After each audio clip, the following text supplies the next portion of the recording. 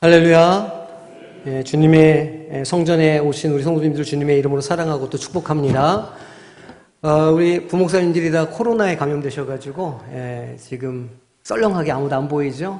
간사님도 코로나 확진자 되셨습니다. 그래서 확 쪄서 오실 것 같은데 어쨌든 그래서 지금 이렇게 수도분하게 우리가 이렇게 조용히 이렇게 지금 한 주간을 지내고 있습니다. 우리 저기 걸리신 분들이 꽤 있죠? 대유행인 것 같아요. 어쨌든 살아남으시기를 부탁드립니다. 건강이 최고죠. 우리 지난주에 이어서 이번 주에도 우리 비전을 지도자는 어떤 일을 해야 되는지에 대해서 우리가 좀 보려고 합니다. 제가 지난주에 이제 그 재직의 역할을 설명하면서 그 배에다가 교회를 비유했었어요. 기억나시죠? 배가 우리가 이제 교회를 배로 비유하면 도착할 항구가 있고 그 항구가 하나님께서 우리에게 주시는 비전이다, 꿈이다 이렇게 말씀을 드렸습니다. 그래서 배를 탄 사람들이 그 갈 곳을 알아야 그 비전을 공유해야 함께 갈 수 있고 그 다음에 그 망망대해에서 그 비전 향해 찾아가는 방법은 뭐라고 그랬어요? 나침판인데 나침판은 바로 우리의 성령님이 되신다. 이제 그런 말씀을 제가 드렸습니다. 오늘도 그런 관점에서 좀 우리가 살펴볼 수 있는데 오늘 하나님의 꿈을 현실화하는 사람들이 재직이다. 이제 이런 주제를 우리가 가지고 오늘 말씀을 나누려고 하거든요. 하나님의 꿈을 이루는 재직들, 한 배에 타고 한 방향으로 나아갈 때 우리는 또 어떤 모습을 가져야 하는가? 이런 관점이죠. 선원들이 해야 될 일이 있는 겁니다. 각자에 맡겨진 역할들이. 그냥 비전을 공유하고 있다고만 해서 갈 길이 어딘지 알고 있고 아무것도 하지 않는다면 배는 움직이지 않을 거예요. 우리는 무엇인가 그 안에서 감당해야 할 일들이 있다는 겁니다. 그러니까 하나님의 꿈을 꿀 뿐만이 아니라 그 꿈을 이루기 위해서 그 항구로 나아가기 위해서 각자에게 맡겨진 역할들을 감당해야 하는데 바로 그것이 하나님의 꿈을 현실화하는 일이다라는 겁니다. 그러니까 하나님께서 우리에게 비전을 주셨는데 우리에게 맡겨진 사명이 우리가 지금 하고 있는 일들이 하나님의 꿈을 이루어 드리는 일이다. 그 과정 중에 있는 것이다. 이렇게 생각하면 아주 우리 심령에 용기도 생기고 또 내가 아주 귀한 일을 맡고 있구나. 이런 이제 그 자존감도 생기고 그런 것이죠. 그러니까 교회 안에서의 모든 사역들은 하나님의 비전을 이루어가는 일이다. 우리가 이것을 기억하고 오늘 우리 말씀 가운데로 나갔으면 좋겠습니다. PPT를 좀 띄워주세요. 하나님의 꿈을 현실화하는 사람들이 재직이라는 겁니다. 우리 말씀 읽었으니까 넘어가고요. 오늘 이제 본문이 뭐냐면 느헤미야가 왕에게 내가 성벽을 좀 수축하겠습니다라는 허락을 받고 몰래 가서 이제 성을 돌아본 거예요. 성이 어떻게 되어 있습니까? 다 무너져 있는 거예요. 그 이제 이스라엘 역사를 보시면 알겠지만 그 남유다가 로마 군대에 의해서 완전히 멸망당하게 됩니다. AD 70년이죠. 주후 70년에 예루살렘이 완전히 멸망하게 되는데 그 마지막 전투 장소가 마사다라고 하는 곳이에요. 마사다 그 성 위에 올라가서 이제 우리 성지순례가 한번 가보겠지만 마사다 위에서 끝까지 항쟁을 합니다. 얼마나 비참했는지 안에서 막 굶어 죽는 일이 막 일어났어요. 먹을 게 없으니까. 로마 군대가 포위를 하고 뭐 거기가 이제 산 꼭대기니까 물이 없지 않습니까? 그런 상태에서 음식을 공급하지 않고 포위한 상태로 이제 오랜 시간 이렇게 있으니까 그 마사다에 있는 용사들이 그 먹을 것이 굶어 죽어가는 그런 비참한 상황 가운데 처하게 됐다는 것이죠. 우리가 지금 새벽에 예레미야 애가를 보고 있는데 예레미야 애가가 지금 슬픔을 노래하고 있는 장면이 딱 그 예루살렘이 멸망하는 그 시점의 이야기들입니다. 그렇게 성이 무너지고 성벽이 무너져서 이방에 다 포로로 잡혀간 상태, 이 바벨론 포로로 잡혀간 상태에서 이제 이 느헤미야가 다시 그 성전을 회복할 꿈과 소망을 가지고 그 일 가운데 나아가고 있는 장면을 우리가 보고 있는 것이죠. 오늘 본문을 보면 그 하나님의 성을 재건하기 위해서 느헤미야가 취하고 있는 전략이 있다는 겁니다. 예레미야가 어떻게 그 성벽을 다시 재건하기 위해서 왕을 설득하고 동료들을 설득하고 또 그 주민들에게 비전을 주었는가? 우리가 이것을 살펴볼 수 있는 것이죠. 여기 보면 느헤미야는 때를 기다리는 무엇이 있었을까요? 여기 교재에 있죠? 때를 기다릴 교재 없네. 때를 기다리는 무엇이 있었냐면 인내가 있었어요. 성급하지 않았다는 겁니다. 그러니까 이게 우리가 교회의 어떤 일들을 할 때 이제 우리가 보통 이 세상 속에서는 순리대로 한다 이런 이야기가 있지만 교회에서는 순리대로 하는 건 아닙니다. 교회에서는 무엇을 따라서 일을 해야 되냐면 성령을 쫓아 일을 해야 돼요. 그러니까 성령께서 일하실 때 거기에 같이 우리가 껴서 일을 해야 힘이 안 들어요. 무리하지도 않게 되고 하나님의 역사하시는 것을 볼 수 있다는 겁니다. 그러니까 이제 세상 사람들은 순리대로 일한다고 하지만 우리는 하나님께서 일하시고 성령께서 역사하실 때를 기다릴 줄 아는 인내가 필요하다는 것이죠. 인내와 그 다음에 하나님을 철저하게 의지하며 하나님께 기도했다는 겁니다. 그러니까 하나님의 꿈을 이루기 위해서 하나님의 어떤 맡겨주신 일을 우리가 감당하기 위해서 우리가 해야 될 일이 무엇이냐면 하나님보다 앞서지 않고 주님보다 앞서지 않고 이런 찬양이 있죠. 그것처럼 하나님보다 앞서지 않고 성령님보다 앞서지 않고 하나님께서 일하실 때 그것을 분별해서 그 하나님이 일하실 때 동참하는 그런 지혜와 인내가 필요하다는 겁니다. 당연히 하나님을 의지해야 되겠죠. 철저하게 하나님을 의지해야 하는 겁니다. 느헤미야가 왕에게 처음 이제 내가 성을 재건하겠다고 말한 이후로 왕이 이 재가를 해줄 때, 그러니까 다시 예레미야 그럼 너 가서 해라고 할 때까지 대략 3개월 정도의 텀이 있습니다. 그러니까 3개월이면 100일이 넘는 시간이죠. 이 왕에게 부탁은 했는데 왕에게 응답이 없으니까 느헤미야가 얼마나 속으로 조바심이 났겠습니까? 하지만 느헤미야는 어떤 상황을 억지로 만들기 위해서 무엇인가를 하지 않았다는 겁니다. 조용히 하나님을 믿고 신뢰하고 하나님께서 일하시기를 인내하며 기다렸다는 거예요.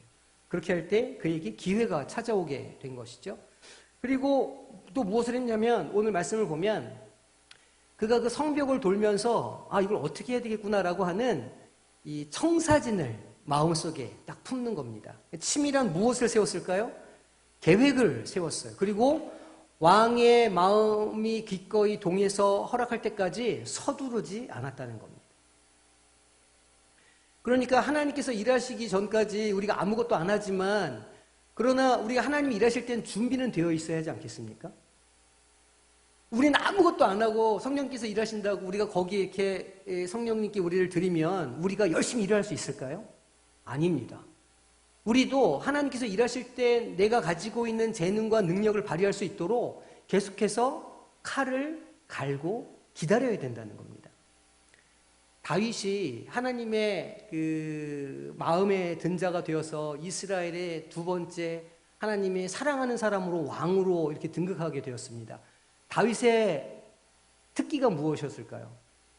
돌팔매질 아닙니까? 돌팔매질. 이렇게 돌려가지고 돌 던지는 게 다윗의 특기였어요.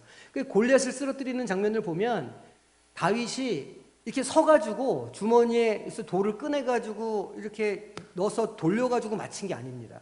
그 사무엘 상에 거기 말씀을 잘 읽어보면 뛰어가며 주머니에서 돌을 꺼내서 물매를 던져서 여기 정확하게 정수리에 맞힌 겁니다. 뛰어가면서.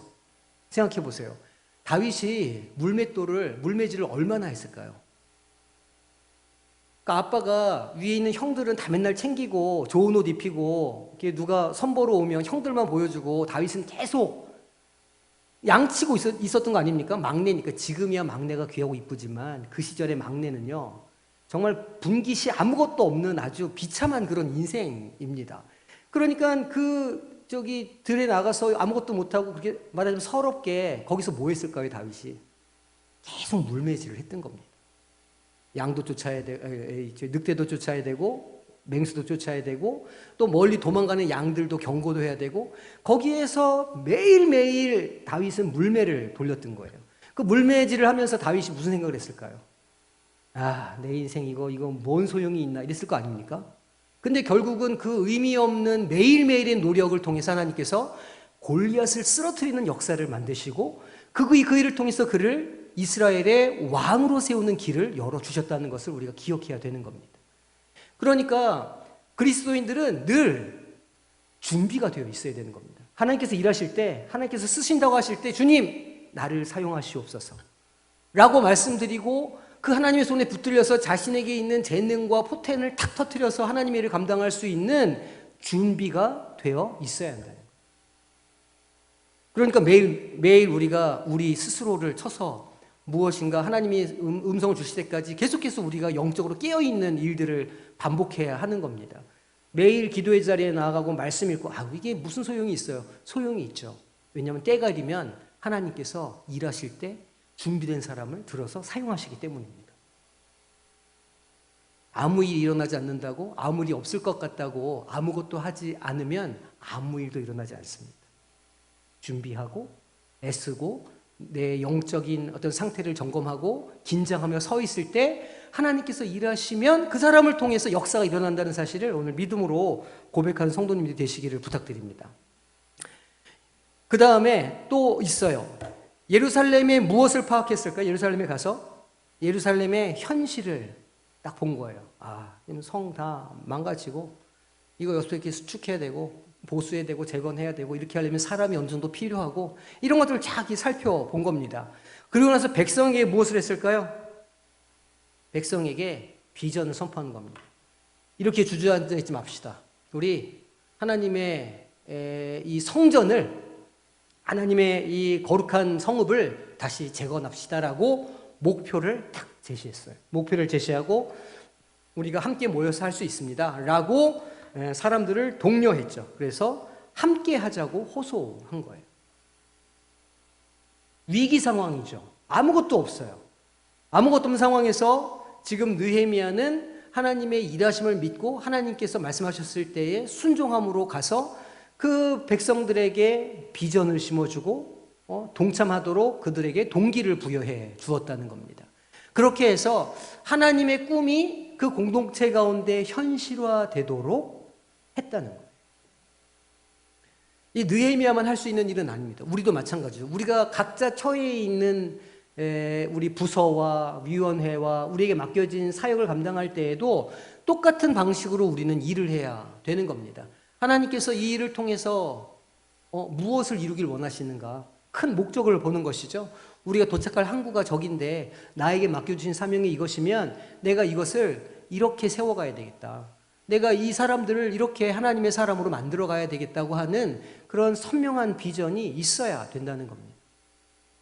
느헤미야가 이 일을 해서 이 일이 성공했을까요? 성공하지 않았을까요? 결과적으로 성공하는 겁니다. 물론 중간에 방해하는 사람들도 나와요. 산발랏 도비야 이런 사람들이 와가지고 누가 너한테 이거 지라고 그랬냐 이렇게 따지기도 하고 막 되게 비협조적으로 나왔지만 그 모든 난관들을 이겨내는 겁니다. 어떻게 이겨낼까요? 하나님을 의지하고 분명한 목적이 있어서 또 사람들을 독려하는 그런 열정이 있었기 때문에 그 일을 온전히 이룰 수 있었다는 겁니다. 하나님의 비전을 우리가 하나님의 꿈을 현실화한다고 할 때에는 우리에게도 이 느헤미야와 같은 태도가 필요합니다. 그래서 이제 성경 우리 또 말씀에서 이거 좀 자세하게 살펴볼 건데 먼저 우리가 디모데전서 3장 4절, 5절, 12절 말씀이에요. 이 자기 집을 잘 뭐하는 사람이어야 된다고 그랬어요? 그죠? 예. 다스려서 자녀들로 모든 공선함으로 복종하게 하는 자들이 어떤 재직이 되고 리더십이 돼야 된다. 우리에게 교훈하고 있고요. 또 5절에도 사람이 자기 집을 뭐 하면요? 다스릴 줄 알지 못하면 어떻게 하나님의 교회를 돌보겠느냐. 그렇죠. 자기 식구들도 이렇게 잘 테이크케어가 안 되면 어떻게 더 큰 많은 무리들을 이렇게 관리하고 감독할 수 있겠는가. 그런 너무나 당연한 질문이죠. 12절에서는 집사들은 한 아내의 남편이 되어 자녀와 자기 집을 잘 다스리는 자여야 한다 이렇게 말하고 있습니다. 다스린다는 게 무엇일까요? 다스린다. 다스림. 재직의 자격을 논할 때 이 다스림이 굉장히 중요한 요건이 됩니다. 그러니까 다스림의 능력이 있어야 된다는 거예요. 누군가 자기 가족들을 아니면 교회에 맡겨진 어린 양들을 부서의 어떤 그 책임자로서 그 부서에 있는 사람들을 다스릴 줄 알아야 한다는 거예요. 다스린다는 것은 그들을 우리가 계속 배워왔죠? 보호하고 가르치고 그들이 성장하도록 돕는 일입니다. 다스린다는 것은. 왜 이게 필요할까요?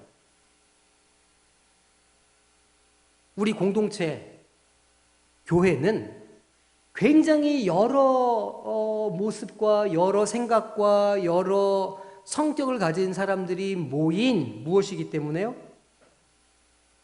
공동체이기 때문이에요. 그러니까 서로 스타일이 되게 다르니까 부부끼리 같이 사는 것도 얼마나 힘듭니까? 저만 힘들지는 않았을 것이라고 제가 믿고 말씀드리지만 부부끼리 맞춰서 합을 맞춰서 사는 것도 쉬운 일이 아니라는 말이죠. 그런데 우리가 이렇게 이게 법적으로 구속력이 있는 것도 아니고 이렇게 교회에 산 공동체로 서로 이렇게 합을 맞춰가면서 산다는 건 그냥 쉬운 일이 아닌 겁니다. 왜냐하면 조금 마음 상하면 아예 안 나가요. 이렇게 하면 되고 교회가 뭐 한두 군데입니까? 여기서 좀 마음에 안 들면 저쪽 교회로 가면 되고 이런 시대이기 때문에 이렇게 여러 모인 공동체가 어떻게 같이 성장해 가기 위해서는 그들을 잘 양육하고 가르치고 함께 성장할 수 있도록 그 마음의 동기부여를 하는 다스리는 능력이 반드시 필요하다는 겁니다. 다스림은 이 공동체가 한 방향으로 마음과 행동을 모으기 위한 방법이기 때문이에요. 그래서 교회의 직분을 맡은 재직들은 반드시 이 다스림의 능력을 가져야 하는 겁니다. 하나님의 뜻을 우리의 이 삶의 현장에 구체적으로 이루어갈 때, 하나님의 교회를 세워갈 때 우리는 결국 그 사람들과 함께 교제하고 같이 성장할 수밖에 없는 거예요. 교회는 나 혼자서 되는 게 아니니까 교회를 세워간다는 것은 곧 사람을 세워가는 일이고 사람들과 관계를 맺는 일이니 이 다스림의 능력이 재직들에게는 반드시 필요한 일이다라는 겁니다. 교회 안에 갈등이 있을까요, 없을까요? 네, 있을 수밖에 없습니다. 사람이 서로 다른데 어떻게 갈등이 없겠어요? 그래서 이렇게 이제 어떤 분들은 교회 안에 갈등이 있으면 큰일 날 것처럼 이렇게 얘기하시는데 그렇게 겁을 내고 교회 안에 갈등이 있는 건 어쩌면 당연한 일이죠. 부부 사이에도 갈등이 있는 건 너무 당연한 일입니다. 갈등이 있고 없고 하는 건 사실은 중요한 게 아니에요. 정말 중요한 건 뭐냐면 그 갈등을 다룰 줄 아는 능력이 훨씬 더 중요한 겁니다. 그러니까 거기에 다스림의 능력에 그것이 포함되어 있죠. 자기 집을 잘 다스린다고 할 때에는 재직의 지도력, 리더십이죠. 아까 우리가 느헤미야한테서 볼 수 있었던 하나님의 꿈을, 하나님의 생각을, 마음을 분별하고 그것을 자신의 삶에 구체화해서 어떤 실행으로 옮기고 또 그것을 사람들에게 설득시키는 과정까지 나아가는 이 일련의 과정을 이제 지도력이라고 부르는데 재직은 지도력과 성품이 검증되어야 한다는 거예요. 너무 당연한 이야기죠. 그리고 그 가정은 그 사람을 가장 잘 볼 수 있는 공동체이기 때문에 그 앞선 그 가정에 대한 이야기가 등장한 겁니다.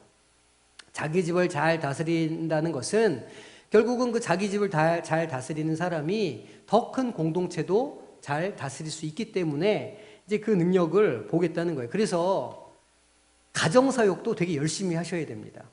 이제 한때 우리 부흥의 시대에는 집은 나 몰라라 우리 권사님들 껌껌해지기 전에 집에 들어가면 혼나는 분들도 계신 걸로 제가 알고 있는데 그 아침 새벽 일찍 나왔다가 밤 늦게 들어가시고 이제 그게 우리의 한때 부흥의 문화이기는 했죠. 또 그렇게 해서 교회가 많이 성장했던 것은 사실이에요.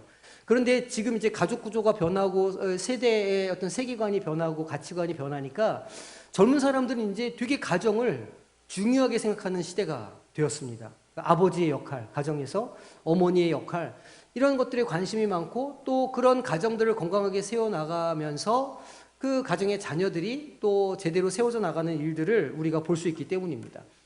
그래서 총회의 교육부에서도 이렇게 이제 올해 우리 그 성경학교 프로그램도 그렇고 교회 1년 커리큘럼 짜는 것들도 보면 가정 교육에 굉장히 중요한 무게를 두고 있어요. 그러니까 가정에서 신앙 교육이 되어야 한다. 이런 관점으로 계속해서 이제 교육의 어떤 형태가 변해가고 있는 겁니다. 옛날에는 부모님들이 자녀들의 신앙을 어떻게 이렇게 양육했냐면 집에서 하신 게 아니에요. 교회에 같이 가요, 아침에. 교회 학교에 집어넣습니다. 그리고 이제 계속 하루 종일 교회에서 봉사하시는 거예요. 그럼 이제 사실 애는 어디서 밥을 먹었는지 어디를 뛰어다니고 굴러다니는지 몰라요.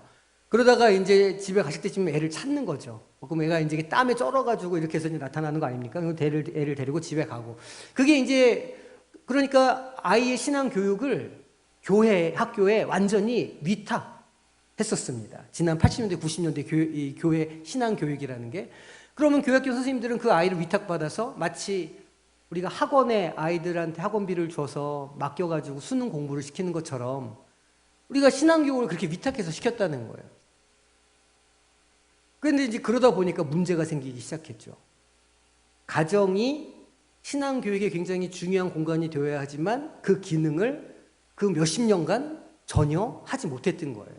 그런 방식으로 가정이 구성되지도 않고 부모님들은 자녀의 신앙교육을 어떻게 할지도 알지 못한 상태로 지금까지 흘러오게 된 겁니다. 그러니까 가정예배 한번 드리기가 그렇게 힘들고 어려운 거예요.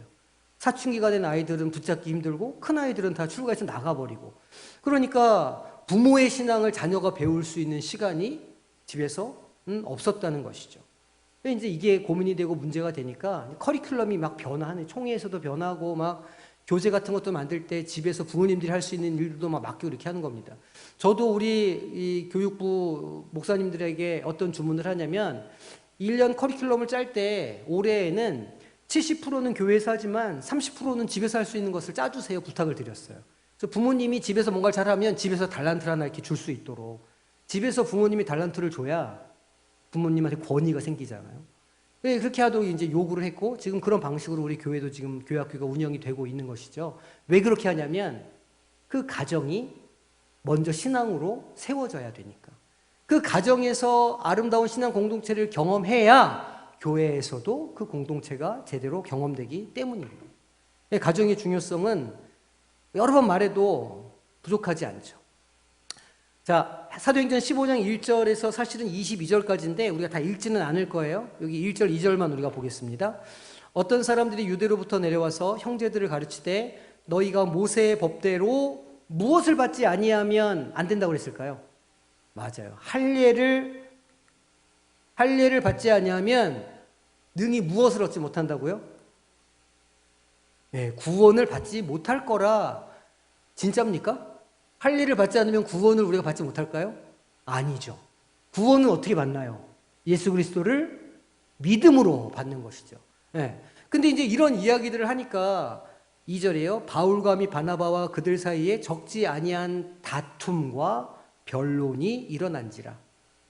형제들이 이 문제에 대하여 바울과 바나바 및 그 중에 몇 사람을 예루살렘에 있는 사도와 장로들에게 보내기로 작정하니라. 우리가 이제 뭐 우리 교회에서 이제 우리 지도자들이 흔히 그런 얘기를 합니다. 우리 초대 공동체로 돌아갑시다. 초대 공동체의 모습이 오늘 우리 교회에 있게 합시다. 이런 말씀들 많이 하시거든요. 근데 초대교회요, 엄청 싸움이 많은 교회였습니다. 처음에 성령 역사가 일어난 다음에 어떤 일이 있었나요? 재정적인 문제, 재정적인 비리가 있었어요. 그래서 즉사하는 사건도 일어나고, 그 다음에 오늘 보는 것처럼 사도행전 15장이면 예루살렘 교회가 막 부흥했을 때거든요. 막 5,000명씩 모이고 날마다 하나님의 말씀이 흥왕하던 때, 그럴 때 이런 일이 일어나는 겁니다. 교회 안에 다툼과 분열이 있었다는 거예요. 어떤 문제 때문일까요? 할례 문제. 구원의 근거에 대한 신학적인 문제가 있었어요. 안디옥은 이방교회입니다. 안디옥은 이방인들이 많은 교회였어요. 예루살렘에서 저 위쪽 터키 쪽으로 올라가던 길 지중해 가장 북쪽에 있는 도시가 안디옥이니까 그 안디옥에 지금 이제 이 베드로가 거기 있었습니다. 베드로도 있었고 바울도 있었고 바나바도 거기 있었던 거예요. 그 이제 예루살렘 교회 밑에 예루살렘 원래 본 교회에는 이제 야고보를 지도자로 해서 그 예루살렘 공동체가 있었던 거죠. 그런데 예루살렘 공동체에서 이제 가끔씩 이렇게 누가 오면 안디옥 교회에 자꾸 이런 얘기를 하는 거예요. 할례를 안 받았어? 아니 성경에 율법에 할례를 태어난 지 8일 만에 할례를 받으라고 기록해놨는데 왜 할례를 안 받았어? 말씀이 기록되어 있는데 이제 이렇게 딱 하면 그 믿음이 연약한 이 이방인들이 이제 헷갈리기 시작하는 겁니다. 할례를 받아야 되나? 그런 거죠. 우리 그 비슷한 예가 우리 구원파. 구원파가 어떻게 얘기했냐면 구원 받았습니까? 물어봐요. 네, 받았어요. 언제 몇 시에 받았습니까? 이렇게 물어봐요. 내가 구원을 1974년 8월 14일 2시쯤인가? 이렇게 그게 헷갈리는 거거든요. 아니 구원받은 것도 모르면서 어떻게 그걸 믿죠? 이렇게 말하면 이제 막 이렇게 약간 헷갈리기 시작하거든요. 그러니까 이단이 그런 식입니다. 구원받은 건 아느냐? 성령이 인침을 받았냐? 받았습니다. 증거를 보여달라. 성령이 인침의 증거를 어떻게 보여줘야 되는 겁니까? 그 이제 이단들은 이제 그런 어떤 성경의 문자적인 것들을 가지고 이렇게 딱 걸거든요. 근데 안디옥에서도 이 유대인들, 유대파의 그리스도인들이 자기네들의 문화 속에 있는 어떤 그런 중요한 문제들을 가지고 이방인들에게 잣대를 딱 들이대기 시작한 겁니다. 그러니까 그 안에서 분란이 일어나기 시작했죠. 당연히 바울과 베드로가 열이 받았을 겁니다. 지금 무슨 소리 하는 거예요? 구원은 오직 믿음으로만 일어나는 건데 왜 당신들이 이런 말을 합니까? 이렇게 하면서 이제 예루살렘 본 교회랑 안디옥 이방인 교회랑 갈등이 막 일어나고 신학적인 문제로 막 논쟁이 시작된 겁니다. 그래서 어떻게 이를 해결했느냐? 사도행전 우리가 지금 다 읽지는 않았지만 그 15장을 한번 다 읽어보세요. 나중에 읽어보면 이제 이 내용이 다 기록되어 있습니다. 그래서 어떻게 했냐면 대표자들이 사도와 장로들을 만나기 위해서 예루살렘으로 갔어요. 예루살렘으로. 이제 안디옥에서 이 바울과 베드로가 예루살렘으로 간 거죠. 그래서 이 문제를 해결하기 위해서 구체적이고 실제적인 행동에 나서게 된 겁니다.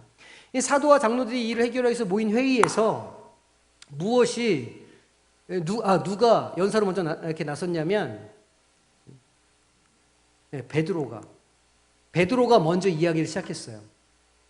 베드로가 그 요바에 있는 자기 집에 옥상에 올라가서 졸고 있었어요. 근데 거기서 꿈을 꾸는 거 아닙니까? 하늘에서 바구니가 이렇게 내려오는데 거기에 그 먹을 수 없는 율법이 금지한 그 음식들이 거기에 가득 있었던 겁니다. 이게 뭐지? 그런데 음성이 들려와요. 베드로야, 먹어라. 하나님, 제가 율법에서 금한 것을 제가 먹을 수 없습니다. 하죠? 하나님이 한 번 더 말씀하시는 거예요. 먹어라. 먹지 않겠습니다. 먹어라. 안 먹겠습니다. 하나님이 뭐라고 하셨어요? 아니 내가 거룩하다고 한 걸 네가 왜 속되다고 하냐. 이렇게 하시면서 잠이 탁 깨거든요. 마침 그때 이방인 고넬료가 보낸 사람이 그 집에 도착하는 거예요. 와서 베드로에게 뭐라고 하냐면 저기 우리 주인이 보냈는데 저희 집에 와서 말씀을 좀 전해 주십시오. 복음을 좀 전해 주십시오. 이렇게 한 거예요. 만약 베드로가 그 꿈을 꾸지 않았다면 고넬료의 집에 가지 않았을 거예요. 왜냐면 이방인이니까. 베드로도 굉장히 고지식한 사람이었거든요. 이것도 그냥 하나면 일이면 일 요거만 보는 사람이라 응용력도 없고 조금 이렇게 답답한 그런 성격의 소유자였단 말이에요. 그러니까 이 환상을 보지 않았더라면 베드로는 고넬료의 집에 가지 않았을 겁니다. 베드로가 그 사람을 쫓아서 고넬료의 집에 가서 복음을 증거했는데 어떤 일이 일어났을까요? 고넬료의 집에? 고넬료뿐만이 아니라 그가 데리고 온 식구들, 식솔들, 그 안에 일하는 모든 사람들이 다 성령 충만의 역사를 받게 된 겁니다. 복음을 듣고. 재미있는 건 사도행전의 그 마가의 다락방의 역사가 그대로 재현이 됩니다. 이방인들에게. 성령이 임하시자 그들이 하나님의 언어로 방언을 하기 시작하면서 기도를 하는 거예요. 베드로가 그걸 본 겁니다. 자기 눈으로. 이방인에게도 우리에게 역사하셨던 대로 그들이 역사하시는구나 라는 걸 베드로가 그 자리에서 다 깨달은 겁니다. 그래서 그 집에 며칠을 유하면서 복음을 증거하고 함께 찬양하며 예배하는 경험이 베드로에게 있었다는 거예요. 베드로가 먼저 나서가지고 우리가 고넬료의 집에서 어떤 일이 있었냐면 그 가정에 성령께서 역사하시고 우리와 동일하게 일하시는 것을 내가 보았다. 하나님의 역사는 유대인이나 이방인이나 동일하게 임한다. 할례가 조건이 되지 않는다. 딱 증언을 한 겁니다. 그들이 우리와 동일하게 주 예수의 은혜로 구원받는 줄을 나는 믿는다. 일단 그 공동체 지도자가 딱 한마디를 한 겁니다.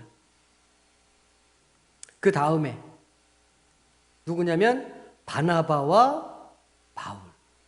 바나바와 바울도 할 말이 많죠. 그 하나님이 그들로 말미암아 이방인에게 하신 표적과 기사에 대해서 무리에게 말하는 겁니다. 나중에 문제가 되니까 누구를 데려갔을까요? 자기의 아주 수제자, 디모데를 데리고 가는 거예요. 할 일을 받게 했을까요? 안 받게 했을까요? 할 일을 안 받게 하고, 일부러.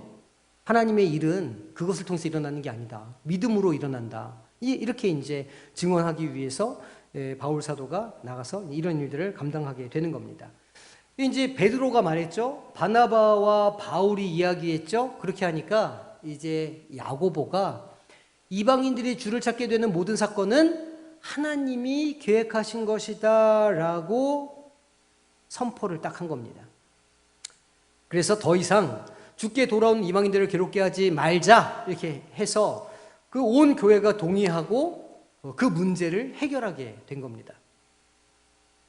지금 우리가 살펴본 이 과정이 어떤 과정이냐면 교회 안에 하나님의 꿈을 이루어 가는데 그것을 현실화해 가는데 그렇게 하다 보니까 갈등이 생기고 다툼이 생겼다는 거예요.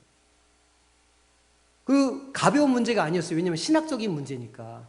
그런데 그런 충돌이 있었을 때 어떻게 했냐면 재직들이, 리더십들이 모여서 그들의 경험을 고백하고 지혜를 모으고 그래서 그 공동체가 그 일을 잘 해결할 수 있도록 정리를 했다는 겁니다.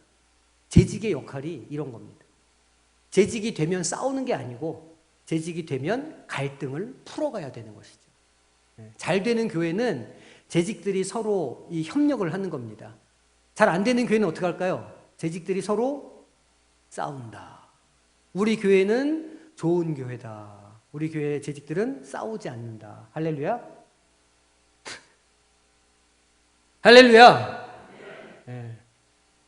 제 눈을 딱 보시고 할렐루야. 네, 싸우기만 해봐요 아주. 네, 그렇습니다. 정리를 좀 해보면 그러니까 하나님께서 우리에게 비전을 주시고 그러니까 우리가 도착할 항구가 분명하고 성령께서 역사하셔서 우리가 그 길을 함께 이렇게 향해 갈 때 우리의 맡겨진 역할들을 우리가 감당한다는 거예요. 그렇게 감당하면서 우리가 마치 그 지난주 설명드렸던 것처럼 그 모자이크가 이렇게 서로 맞는 것처럼 작은 조각들이 막 모여가지고 큰 그림이 되는 것처럼 그렇게 교회 공동체가 이제 하나님의 항구를 향해서 나아가는 겁니다. 그런데 그 가운데 무엇이 있을 수 있냐면 갈등, 다툼, 어려움들이 분명히 있을 거라는 거예요. 재직의 역할은 그 갈등을 해결하고 분쟁 가운데 나아가서 조정하고 협력하게 만드는 게 하나님의 꿈을 이루게 하는 굉장히 중요한 역할이라는 겁니다. 제가 이제 어느 선배님께 이제 제가 여쭤봤어요. 이제 좀 오래된 얘기인데 이제 담임 목사님이셨거든요. 그 목사님 그 교회에 어떻게 그 설교 준비하시고 이럴 시간은 많으세요? 했더니 시간이 없다는 거예요.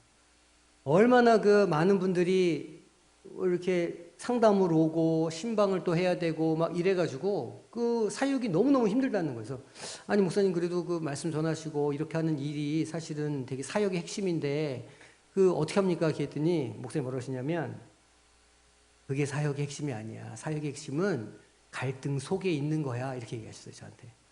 그러니까 교회 안에서 이 리더십이 해야 될 일들은 늘 그런 그 갈등 속에서 그것들을 조정하고 조율하는 일이 사실은 교회에서 감당해야 될 중요한 일이라는 지혜를 그 목사님은 갖고 계셨던 거죠. 그때 제가 좀 이렇게 깨달은 게 있습니다. 목사의 일은 단지 말씀을 전하는 것뿐만이 아니라 그 교회 안에 있는 많은 이들의 그런 이야기들과 그런 어떤 그 속마음들을 듣고 또 그것들을 조정하는 일이구나 이런 생각을 했어요. 그래서 제가 이제 제 목양실에 이 파니 카페라고 카페를 개장하지 않았습니까? 누구라도 오시면 거기서 차를 마시다 가실 수 있습니다. 사양하지 말고 누구든지 얼마든지 전화를 하고 오세요. 오시면 제가 이제 거기서 이렇게 차도 한잔 하고 이야기를 나누는데 그게 제가 생각할 때는 굉장히 중요한 제 사역의 한 부분이다 이렇게 제가 마음을 먹고 있습니다. 그러니까 목사님 설교하시는데 방해한다 이런 생각하지 마시고 얼마든지 필요하면 오셔서 커피도 드시고 빈손으로 오셔도 돼요. 부담 갖지 마시고 이렇게 오셔서 커피도 드시고 이렇게 가시면 좋겠다 이렇게 생각합니다. 어쨌든 그것만 기억하시면 돼요. 하나님의 꿈을 이루기 위해서는 그 갈등을 조정할 수 있는, 그리고 그렇게 해서 우리 함께 한 방향으로 나아가게 할 수 있는 그런 인내와 비전이 필요하다. 이것을 기억하시고 항상 하시면 좋겠습니다. 이건 좀 우리가 생각해 볼 점인데, 이 세상의 다스림이 있죠. 정치인들도 이제 이걸 영어로 이제 거버먼트라고 하는데, 세상에서도 행정부가 있고 그래서 다스리는 일들을 합니다. 교회의 다스림 간의 차이점이 있을 수 있을 거예요. 세상의 다스림과 교회의 다스림은 무엇이 다를까?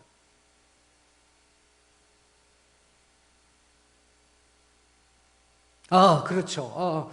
그 세상의 다스림은요, 법적 구속력이 있어요. 그래서 뭐 안 하면요, 바로 행정소송 딱 걸립니다. 벌금 매기고요. 이렇게 하는 거예요. 그러니까 사실은 이 세상 정부의 그 다스림은 법적인 구속력이 있어서 이렇게 찍어 누르는 그런 다스림이죠. 그런데 교회의 다스림은 그럴 수 있나요? 그렇지 않습니다. 찍어 누르면 다 빠져나갈 거예요. 그렇게 하면 안 되는 것이죠. 해소도 안 되고. 교회의 다스림은 섬김이에요. 우리가 이제 벌써 몇 주 전에 이제 우리가 이 주제를 다뤘는데, 이 교회의 다스림은 밑에서부터의 다스림인 거예요. 섬기고 그들이 성장할 수 있도록 도와주고 격려하고 자기를 희생하는 다스림이다. 이 차이가 있죠. 그래서 내가 다스림의 어떤 직분을 내가 받았다 이렇게 생각하시고 막 이렇게 세상의 다스림처럼 누군가를 이렇게 막 하시는 것은 안 되는 것이죠. 그건 세상적인 다스림이니까. 그러면 두 번째예요. 교회의 다스림을 위해서 반드시 필요한 일이 무엇일까요? 그러니까 교회의 다스림의 어떤 그런 모습을 갖기 위해서 우리가 가져야 될 신앙인의 소양이랄까요? 이런 게 무엇이 있을까요?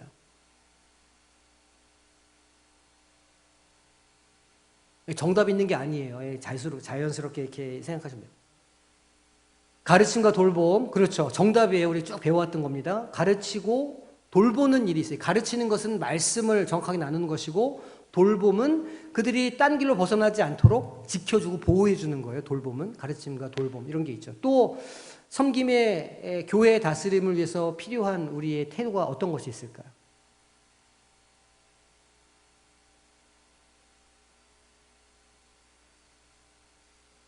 그래서 저를 보셔요. 자꾸 눈을 이렇게 밑으로 내리지 마시고, 저를 보셔야죠. 안 시킬게요. 기다릴게요. 인내로, 하나님이 일하실 때까지 기다릴 수 있습니다. 인내로. 또 어떤 다스림의 모습이 필요할까요, 우리에게? 기독교, 그리스도인으로서, 교회의 어떤 재직으로서. 오늘 배운 거 있죠. 인내. 기다려줘야 되는 겁니다. 억지로 되지 않아요. 하나님께서 일하실 때 되는 겁니다. 하나님께서 일하실 때까지 참고 기다렸다가 그 다음에 또 분별할 줄 알아야 되겠죠. 하나님이 일하신다. 분별력이 있어야 돼요. 참여해야 되죠. 그리고 뭐 우리가 이제 흔하게 말할 수 있는 것들은 섬김의 모습을 우리가 갖는다. 자기 희생적인 모습이 있어야 된다. 이런 것들이 뭐 여러 가지를 아마 쓰실 수 있을 겁니다.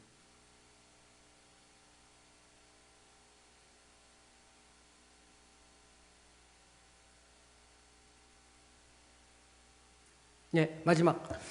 자, 그러면 나는 재직으로서 하나님의 비전을 현실화하기 위해서 한 가지를 써보세요. 할 수 있는 거. 내가 당장 내일부터 꾸준하게 실현할 수 있는 거를 써보세요. 혹시 뭐 기도하겠습니다 이런 거를 계속 쓰시는 분이 있으신가요? 뭐 하면 기도하겠습니다 이렇게. 물론 그것도 정답이긴 한데 좀 뭔가 구체적이고 나만이 할 수 있는 어떤 그런 것들을 좀 쓰셨으면 좋겠어요. 나는 재직으로서 하나님의 비전을 현실하기 위해서 나는 무엇을 하겠다. 어떤 모습을 갖겠다. 뭐 여러 가지로 한번 정리해서 기록해 보시기 바랍니다.